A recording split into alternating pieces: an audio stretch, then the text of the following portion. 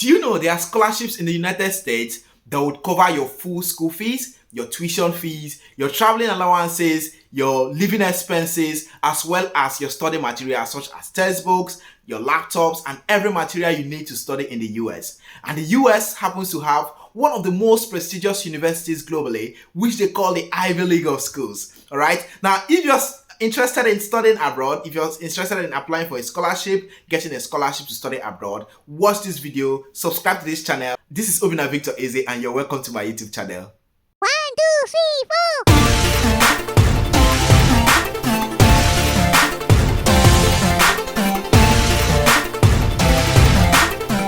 Now, in this video, I'll be highlighting to you 5 steps you need to take if you're interested in getting a scholarship to study abroad. 5 steps you need to take if you're interested in studying abroad through a scholarship. Number 1 is to research for the scholarship. Now, I will see this as one of the most important steps you have to take if you're interested in studying abroad. And I'll advise that you look out for scholarship that meets your personal interests, your educational goals, and your educational qualifications over the years. For instance, if you're a student in the STEM field, it is advisable you look for scholarship providers who are interested in sponsoring students in sciences. How do you go about researching this scholarship? You go online. There are so many online platforms, which I will mention after this video. So stay to the end of this video for you to get so many online platforms you can check out and apply if you're interested in studying abroad through a scholarship. You can also attend seminars. There are so many seminars online. People are talking about how to study abroad for free, how to get scholarships to study abroad. You can attend some of these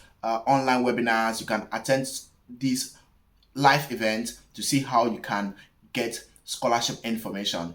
One of the most important way of getting information about scholarship is also to talk to people who have already gotten this scholarship. There are so many young scholars online, offline. You might know 1 or 2 that have gotten scholarships to study abroad. This is the best time to talk to them. Talk to them about the eligibility criteria. Talk to them about ongoing scholarships, about deadline, about the funding. Most persons, they don't talk about the funding. You apply for a scholarship and you're not sure how much you're getting when it comes to funding, if it will be a full-time scholarship or a partial scholarship. So this is the time to talk to those that have already gotten this scholarship to see how they can provide you with the most important information moving forward. Step 2, apply for the scholarship. Now, after you've done your research about this scholarship, after you've seen the scholarship that best suits your academic qualification, this is the time for you to go ahead and apply.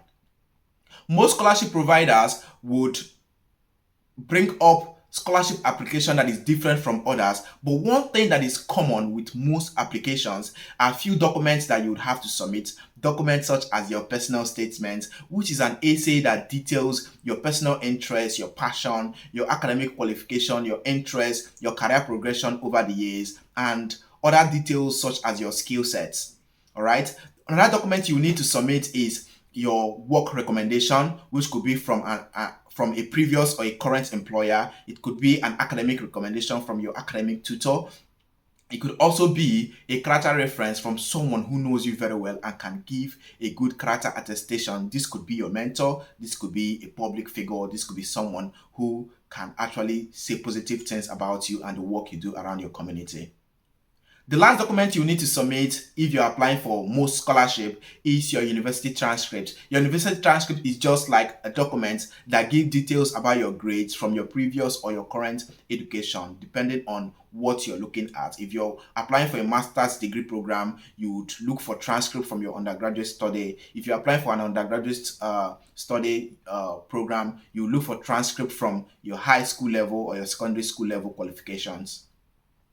Now, it is important during the application process, you get all of these documents way before you start your application. All right, so that you would be ahead of time, and you also look at the deadlines. Most students don't apply for a scholarship until it is close to the deadlines. Now, this makes you miss out on a whole lot of details, a whole lot of documents. So it is important you apply way before the deadline, maybe 2 weeks before the deadline, to give you time to review your scholarship application to submit way beforehand. Step 3, follow up with your scholarship. Now, you've done your research about this scholarship, you've applied for this scholarship, and you've submitted this scholarship. Most students would want to wait patiently to get feedback from the scholarship providers. No, this is an important time for you to keep looking out for what these scholarship providers, what they do. If it's an organization that is offering you this scholarship, try to know the reasons why they are offering you this scholarship. Try to know the work they do in the community. Try to know how much funding they are willing to provide to you to study in the university. It is also time for you to send them mails, messages, contact them through their official contact number to be sure you've not missed out on any important document you needed to submit during the application process. Yes, you can as well send them messages, you can contact them. Yes, they would send you feedback before you know it. Now, it is also time for you to keep up with your mails because they will be sending you feedback if there are later stages of this interview after the application process. If you've made it through the next stage, if you've made it through to get this scholarship, you'll be accepting feedback, you'll be getting feedback from them. They would want you to go online, accept their offer if they've offered you this scholarship and all that. So you need to keep up with your mails to make sure you don't miss out on important correspondence. So for step 3, follow up with this scholarship. Step 4, attend scholarship interviews. Now, most scholarships, especially the prestigious scholarships, they would not end at the application stage. They will progress to the interview stage. Now, this is just quite simple. Most scholars would definitely get an expert to do their applications for them. So this scholarship provider, they are aware of this and they would want to meet you in real time. Okay, so if you're an international applicant, this interview might definitely happen virtually. So you have to make sure you have good internet connection, you have good audio sounds for your mobile devices. If you're using your mobile device or you're using any system for this interview, make sure you have no hitches, make sure there are no background noises, make sure you prepare for this interview as if you're attending a $1 billion contract meeting. Just look at yourself attending a $1 billion contract meeting. How would you pitch your ideas? How would you showcase yourself, your skills, your talents, and all you have to offer to your community? How would you tell these people about the work you've been doing? How would you tell these executives to get this contract? So that is how you prepare for a scholarship interview. You should be aware of a few questions that they might be asking. You should know the work they do around the community. Why are they sponsoring students to take up this scholarship? Why are they interested in you? These are the things you need to find out about this organization by visiting their website to know what they do.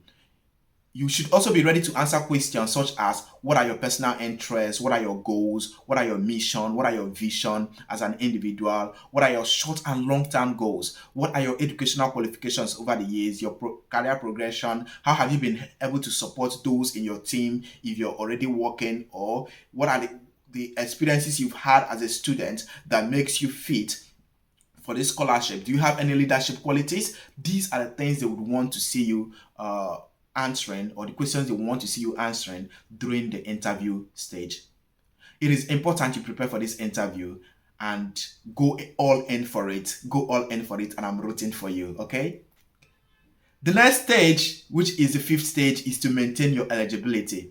Now you've done your research about this about this scholarship, you've applied for this scholarship, you've attended interviews, you've actually gotten this scholarship. This is the point where I will say congratulations for getting this scholarship. All right, so what do you do next? You don't just relax, you have to maintain your eligibility.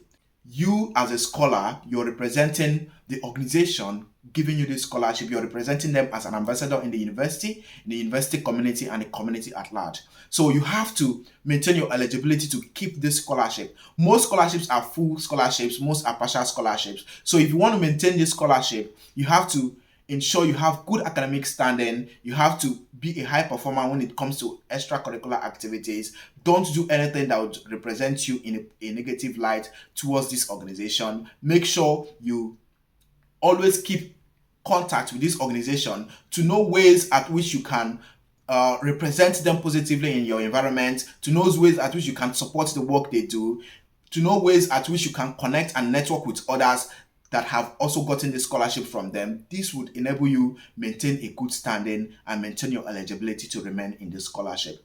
Now, lastly, I would mention to you online platforms where you can research or where you can get information about scholarships, ongoing scholarship eligibility criteria. Platforms such as scholarshipportal.com, opportunitydex.org, internationalscholarship.com, internationalopportunities.com.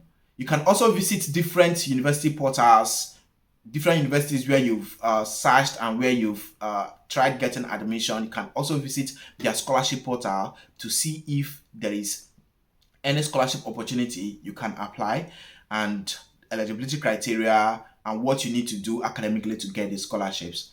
For prestigious scholarships such as the Chevening Scholarship, the Commonwealth Scholarship, the Fulbright Scholarship, the Erasmus Mundus Scholarship, the MTM Foundation Scholarship, and so many other scholarships globally, you also need to visit their website to see if there is any ongoing scholarship with them, to see if you're eligible, and to see if you can apply. And I will be rooting for you again. Success as you get those scholarships to study abroad. Success as you build your career academically. This is Obinna Victor Eze. Do well to subscribe to this YouTube channel. Until we see you again.